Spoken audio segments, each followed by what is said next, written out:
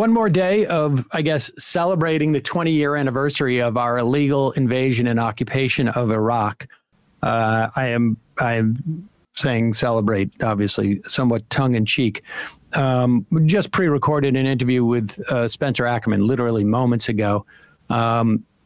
He's got a great perspective on these things, and really important that we recognize the disaster that Iraq was, how we got into it, and what we need to do if we don't want to follow down that path again. Here is former National Security Advisor John Bolton, who at the time, and I'm not quite sure exactly when this was, that he was recess appointed to be the U.S. ambassador to the United Nations during the Bush years.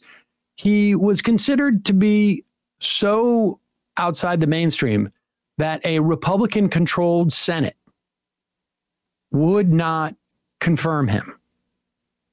And he had to get a recess appointment by George W. Bush.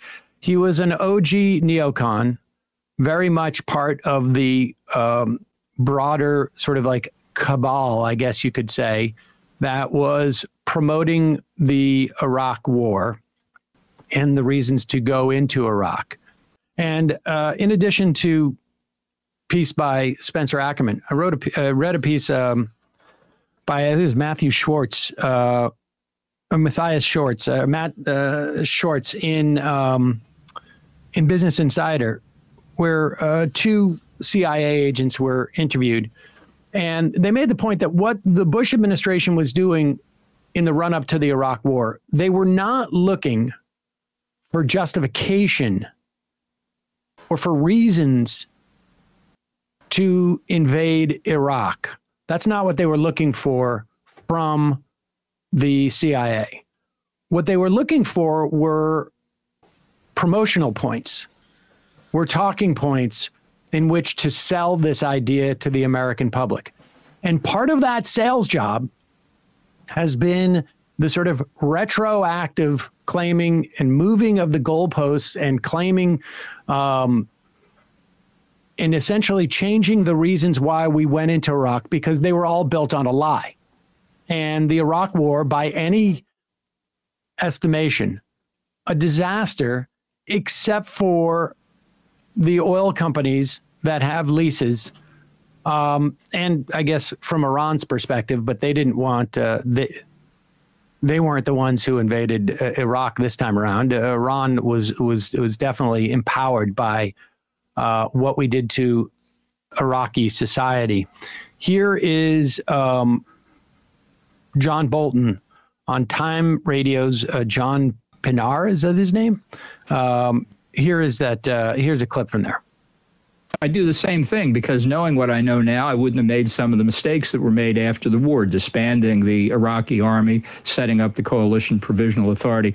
Look, the decision to overthrow Saddam Hussein was made not simply on the basis of the threat he posed in 2003, but the inevitable threat he would have posed once free of UN sanctions, once free of UN weapons inspectors. Saddam okay, Hussein, so I mean, this is important because none of what he's saying, incidentally, was sold as the justification for the war. There was an imminent threat, we were told, to the United States by Saddam Hussein.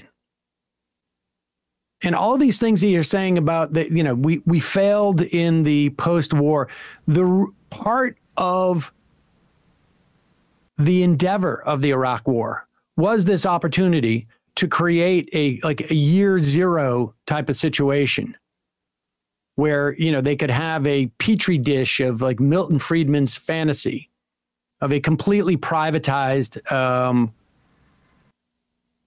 Garden of Eden, if you will. And this idea now, I mean, you could see just even in that brief clip where Bolton is moving the goalpost. Well, even if Saddam Hussein was not a threat to us then, we were preempting his ability to be a threat in the future. Contemplate that for a moment. First off, there's no reason to believe that he would have been any more of a threat in the future than he was at that moment.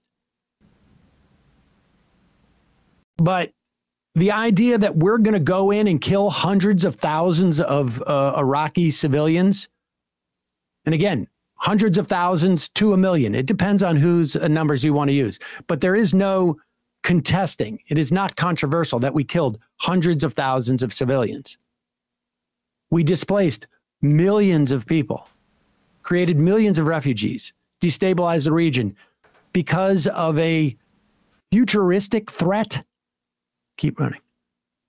The basis of the threat he posed in 2003, but the inevitable threat he would have posed once free of UN sanctions, once free of UN weapons inspectors. Saddam Hussein is dead, and Iraq is not pursuing nuclear, chemical, or biological weapons. For people who say, well, the Middle East became more unstable, the Middle East became more unstable for lots of reasons, and an Iraq armed with nuclear weapons would have been far more unstable than what we see today. The biggest mistake made by the United States, and we made a number, there's no doubt about it. The biggest mistake, however, was Barack Obama's decision in 2011 to withdraw American forces, which did provide a bit of a ballast for the country of Iraq. And we found within 3 years, given the rise of ISIS, unpredicted by anybody, we had to go back in. All of this is counterfactual hypothesizing, but I believe had we stayed in Iraq, the situation would be much better. The second biggest mistake. Pause it. I mean, this is just, I mean, this is, first of all, there is absolutely zero reason to believe that Iraq would have nuclear capability today. Zero reason. They found nothing when the weapons inspectors were there. Nothing. No program, nothing. The idea that the problem with Iraq was 12 years after he claims we won the war, Barack Obama pulled out the majority of troops. How many decades were we supposed to occupy this country in this successful war? Continue. All of this is counterfactual hypothesizing, but I believe had we stayed in Iraq, the situation would be much better. The second biggest mistake was not taking advantage of having a substantial American military position simultaneously in Afghanistan to Iran's east and Iraq to Iran's west to help the dissidents, help the opposition in Iran, and allow them to remove the Ayatollahs from power. I mean, history records that there were no weapons of mass destruction found in Iraq, which was one of the main arguments for the invasion in the first place. Tell me, if you could do it again, knowing what you know now, what would you do differently? I'd do the same thing, because knowing what I know now, I wouldn't have made some of the mistakes. Yeah. That's just a repeat of the beginning thing. There you go. So basically, his one lament is we didn't use it to regime two laments. change. He's got two laments. One is that we haven't permanently occupied that country. And two is that we didn't use that permanent occupation as a springboard to invade Iran. Glad everyone's being reflective. Unbelievable. Stick around for Spencer Ackerman as he dismantles a lot of what you just heard and more. And the importance of revisiting this. It's going to happen again. It's just a question of when. And it's going to happen again because there's been no reckoning with every time it's happened in the past. None.